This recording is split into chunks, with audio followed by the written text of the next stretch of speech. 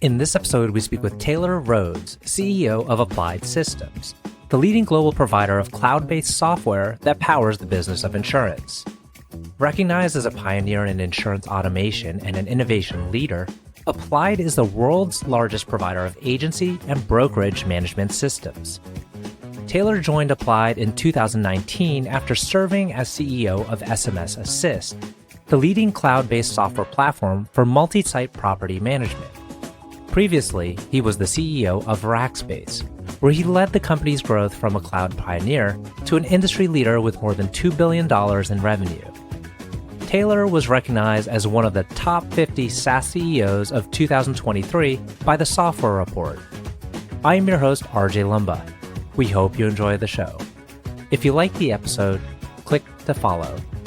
RJ Lumba is the managing partner of GrowthCap and the executive chairman of Market Insight Media. He is the host of Growth Investor, a podcast featuring today's best investors, executives, and founders. In the minutes ahead, we'll uncover insights and strategies for accelerating growth and succeeding in business. Taylor, thank you so much for taking the time to chat with us today. It's a delight to be with you. It's my pleasure, RJ. Thanks for having us. Very excited for this conversation. You have great experience in leadership positions, growing tech companies, software companies. I thought I'd start off in an interesting part of your kind of career, and that's when you were in the Marines. I had worked with a Marine when I was in investment banking, and I thought this person was like extremely disciplined. I think they swam every single morning on top of having a very strenuous investment banking job to go to for many hours of the day. Have you found that kind of experience in the Marines prepared you to be a good executive? I absolutely do. I think there's a lot of parallels. One, though, just sort of misconception from people who haven't served time in the military is that the Marine Corps is sort of command and control, and it's very centralized and kind of hierarchical. And what I found is that the opposite is true. The Marine Corps is very entrepreneurial. It's the smallest of the service branches. It has the fewest resources. You might have heard the old phrase, adapt and overcome. There's an old saying in the Marine Corps, the plan will never survive first contact with the enemy. And so what it really taught me was to be resourceful, to be resilient, to be mentally tough. You talk about that discipline. I think it's mental discipline, which then leads to physical discipline. But mental discipline, mental toughness is what you take away the most. Because life's hard, RJ, you know that, right? Curveballs come at you all the time. And when life is hard, having that mental discipline, that mental toughness, and that resiliency to figure out the way forward, and in a leadership role, inspire others and help them figure out the way forward. That's probably the most relatable experience that I take from the Marine Corps into leading a company today. And then when I took a look at your experience at Rackspace, I saw that within like 1 to 2 years, you were kind of, rising through the organization, ultimately culminating in your role as president and CEO. Take us back to that time. How were you able to kind of rise through the organization so quickly? Were you identified, I think, early on? Well, look, I spent over 10 years of my career at Rackspace and joined when we were a relatively small company. And I was one of the first kind of senior outside people hired. So when I first joined, I was actually running a significant part of our operation. And I got to do a lot of different jobs in Rackspace because we were a startup, because we were changing fast, because we were growing all the time. In those environments, you have a single job, but you have many jobs, if you know what I mean. Mm-hmm. And so over time there, I got to do a lot of different roles. It gave me a lot of different perspectives and experiences, all the way from the product side of the house through to the customer service delivery side of the house, the financial P&L management, helping start new business segments. And so over time there, I got to help lead our move up market into the mid-market and enterprise business. I got to move overseas and build our international business outside the US. And then all of that culminated in sort of the 2012, 13, 14, when I became president of the company and then ultimately CEO. But there was a long lead up, doing lots of different parts of the company and helping us scale up and grow. Now let's hop over into Applied Systems. For the benefit of our audience, can you tell us a little bit about what Applied Systems does and who it serves? Sure. We are a vertical software company. In our vertical market, a very specific end market, we serve insurance agencies and insurance carriers. And we serve those folks in the US, in Canada, in the Republic of Ireland, and in the UK. Those are our geographic markets. But we make principally a software package called an agency management system that allows agencies and brokerages on the distribution side of insurance to run their businesses all the way from sales and marketing capabilities into servicing capabilities, accounting capabilities, et cetera. And then on the carrier side, we also make software for the carriers, the manufacturers of insurance, that helps them understand their distribution channels better, have connectivity solutions to those agencies, et cetera. So that's what we do. And we do it for that very, very specific end market, which is insurance agencies and carriers. Yeah, insurance is such a massive market and a very lucrative market as well. What are some of the interesting trends that you've been seeing in the overall insurance space? Yeah, insurance is that ubiquitous market, right? It touches everybody's lives. Yeah, I always tell people, hey, good luck doing anything without insurance. You can't buy a car, you can't buy a house, you can't open a small business, you can't do really anything without insurance being a part of your life. And historically, insurance has been not the greatest, experience, right? It's been one of those industries that nobody really likes to have to deal with. It was historically under-levered to the value of technology to create better user experiences, to harvest data and analytics to make better decisions. And frankly, when I chose to join Applied 4.5+ years ago, it was because it's this ubiquitous industry that touches every part of everybody's lives. And yet it needed to catch up on the value of technology innovation to make the end user experience better, to make the experience better for the people who work in the industry. That was kind of an intriguing challenge that I thought my past experiences in helping other industries adopt cloud technologies, adopt new application models, et cetera, could bring into this industry. And can you give us an idea of kind of the breakout of the agents that you serve, like in terms of what type of insurance are they selling? And are there kind of certain segments that are more concentrated than others? Yeah, we principally focus on property and casualty insurance, so P&C insurance. And we also focus on the employee benefits segment, but we don't touch all of the other elements of insurance, so life and health and things like that. So we're a P&C specialist. A lot of our clients over time have added employee benefits into their P&C book of business. And so we've sort of followed their need for a system, a platform that can handle P&C and benefits, but that's where we focus. Got it. And then in terms of the overall organization, can you give a sense for the size of the organization? Then we'll go into a little bit about your philosophy around culture. Yeah, we're the market leader in the US and Canada and the Republic of Ireland. We're growing. We're a challenger brand in the UK. We entered the UK a few years ago. UK is interesting because it's the second largest insurance market in the world behind the US.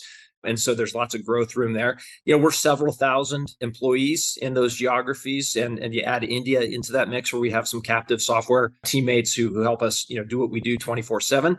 But that's kind of the size and shape. And, we serve thousands and thousands of insurance agencies and hundreds of insurance carriers.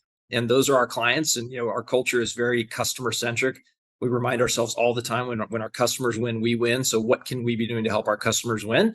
And that's how we keep those, roughly 3,000 people really aligned and really focused on what's the product value that we need to deliver? What's the service value we need to deliver? When we help them win, we naturally, as an outcome of that win as a company. And with your kind of employee base spread out across your different geographies and offices, are there things that you do to help cultivate a more cohesive culture where there's this sense of belonging to the company, belonging to the mission, and overall community of applied systems? We're very, very intentional about that, RJ. As you know, I think culture is a word that's used a lot and sometimes maybe used too often. But culture is kind of that ineffable element of getting a group of human beings to rise up together and accomplish more together. It's the unifying fabric of a company. I always say, hey, corporation's a nice, fancy, big word, but it's just a bunch of humans. So how are we going to get these humans aligned behind an inspiring mission, feeling like they are excited about what they're doing, that what they're working on is worthwhile, that they are understanding what our priorities are and why those are our priorities and how their individual roles fit into those? So for me, it starts with clarity of communications. Where are we going? How are we going to get there? What's your individual role in that? How will we know if we're being successful along the way?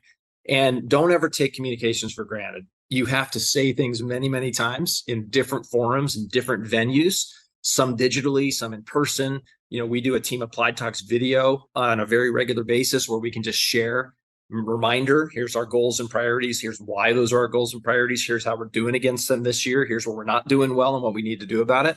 So we are super intentional about creating that connective tissue for our folks across the globe and then regularly talking about what's working, what's not working, what do we need to do differently in order to execute better, celebrating our wins along the way. So we work really hard at that.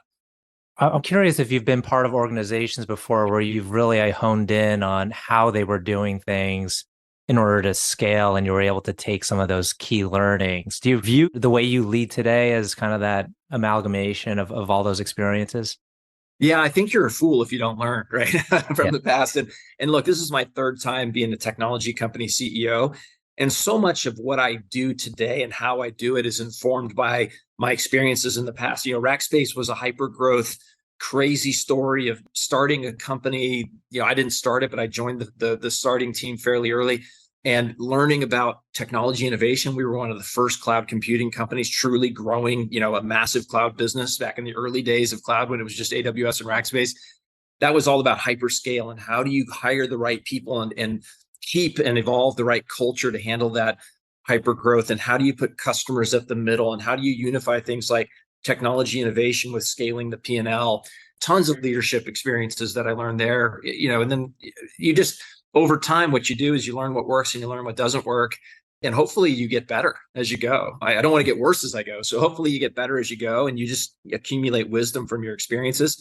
And I think so much of what I do today, you could ask, Taylor 20 years ago, some of the things I do today, I would have had no clue on how to do those things or why I would do them because I just hadn't had the experience yet.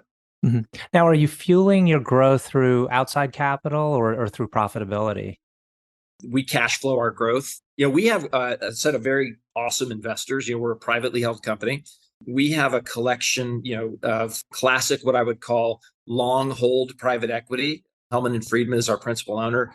Their strategy is to own high quality assets for a long period of time where they can feel like they can continue to invest in the asset to create value creation over time. And they're happy to hold for as long as that takes. They've held Applied since 2014. They're very happy with the business. So the benefit we have as a leadership team is we've got very consistent ownership that is long-term minded, that listens to our recommendations on where there is good investment that will drive future growth, future customer value, and ultimately future equity value creation.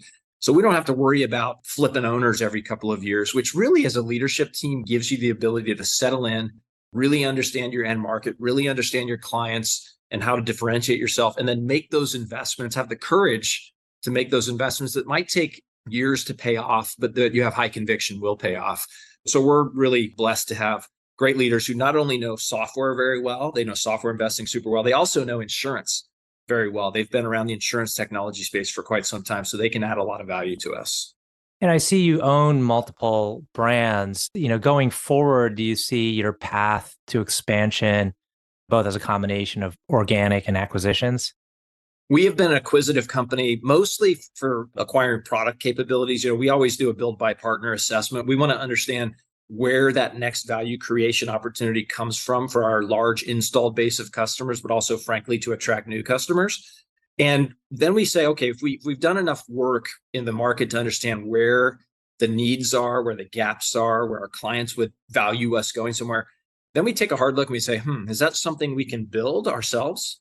Are we good at that? Do we have the right skill sets? How long would it take us to build it? Is there somebody else out in the market who's got product market fit and traction in that space with talent and a product that might complement our portfolio?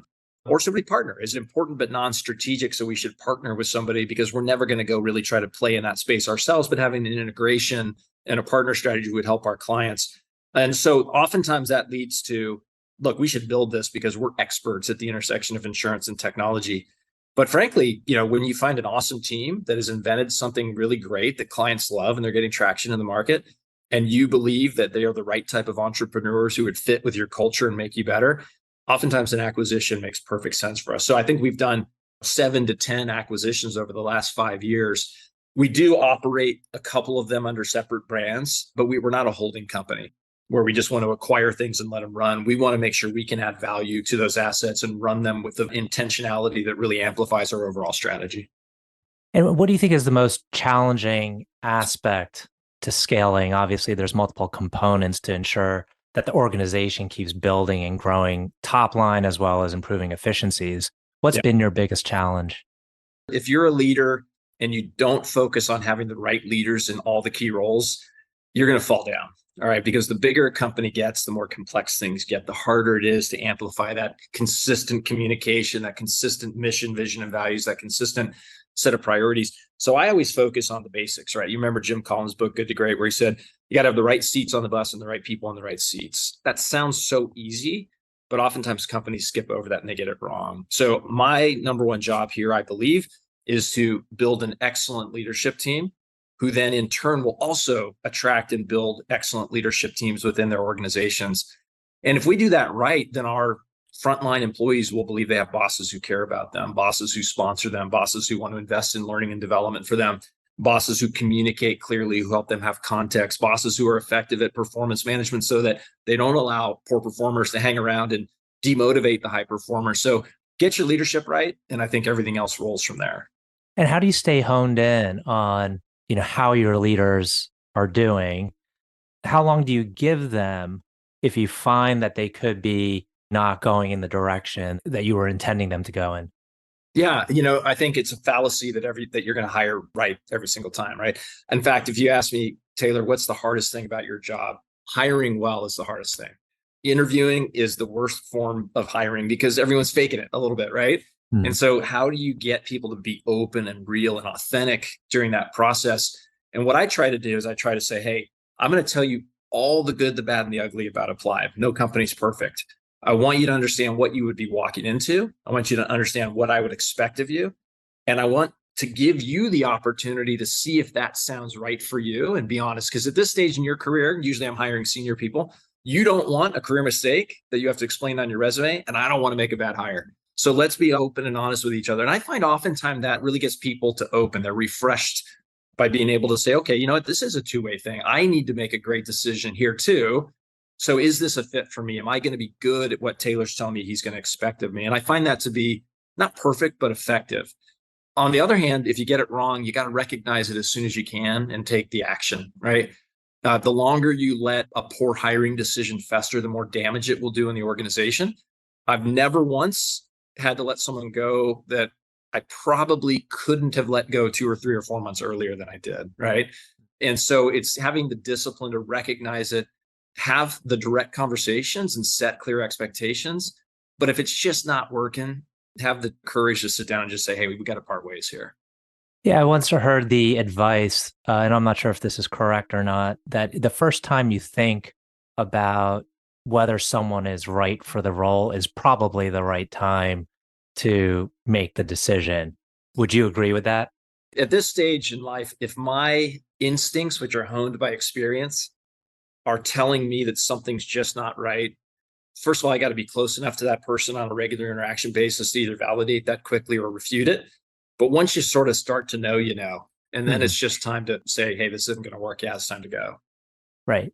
We're coming up on time. I have 2 final questions. Before I head into the 2 final questions, though, I'd like to ask, what's the best piece of advice that you've ever been given, or what's the best piece of advice that you give to others? Look, I think honestly, it goes back as a business leader purely. There's other parts of my life, but as a business leader purely, it is truly focus on getting your team and the culture of your team right. And to do that, it takes intentionality. It takes a lot of time together. It takes a lot of direct and frank conversations. It takes being able to foster an environment where the boss isn't always right. So, hey, I don't have all the answers. In fact, I always tell my teams, the fewer decisions I have to make, the better we are. I will step in and make them where we can't agree or someone's just got to be the boss and step in.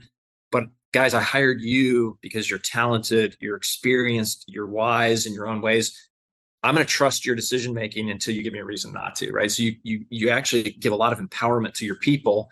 And I find that most people, if you hire right and you spend that time together as a team, you create the right culture, they'll rise up to that. They will love it. They will thrive in being able to have that trust and autonomy with inspection, given to them. So get your team right. If you're trying to scale a business, whether you're a startup or a mature company, this is true. If you get the team right and the culture in the team right, you will build a great business. Excellent. Okay. Heading into the tail end here, can you tell us about a person who has had a profound influence on you? Yeah, it was my grandfather, Bill Putney. He was a World War II veteran. He landed on Omaha Beach on D-Day, survived and fought through the rest of the European theater, came home from the war as a highly decorated guy. He was a leader. He was a young man when he landed on Omaha Beach. And within 30 days, just due to circumstances around him, he became the youngest lieutenant colonel in the European theater and was leading thousands of troops at a very young age. And when he came home from the war, he was also, he was a cattle rancher. So he could fix anything, he could do anything. He worked his butt off, but he was also an entrepreneur. He started a couple of businesses and was successful in those businesses. And I got to grow up with him and spent a lot of time working on that ranch and under his tutelage, learning that hard work matters, doing it right matters. He used to pay me $5 an hour back then. That was a lot of money.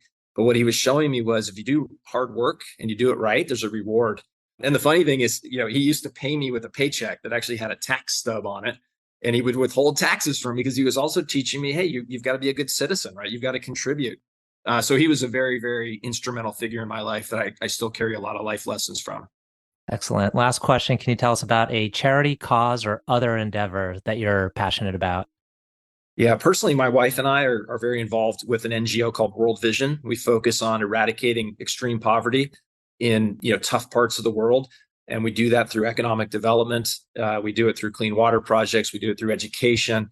We do it with a point of view that, when you give someone a fish, you're going to walk away and they're going to be hungry again. When you teach them how to fish and you build the infrastructure that allows them to create their own economy, they can sustain that life-making difference over time. And so we're really passionate about that. Excellent. Well, Taylor, I want to thank you. I also want to congratulate you on being a top 50 SaaS CEO of 2023. Thank you again for taking the time. I know our audience will find this very insightful. Hey, RJ, thanks for having us. We really enjoyed the opportunity to chat with you today.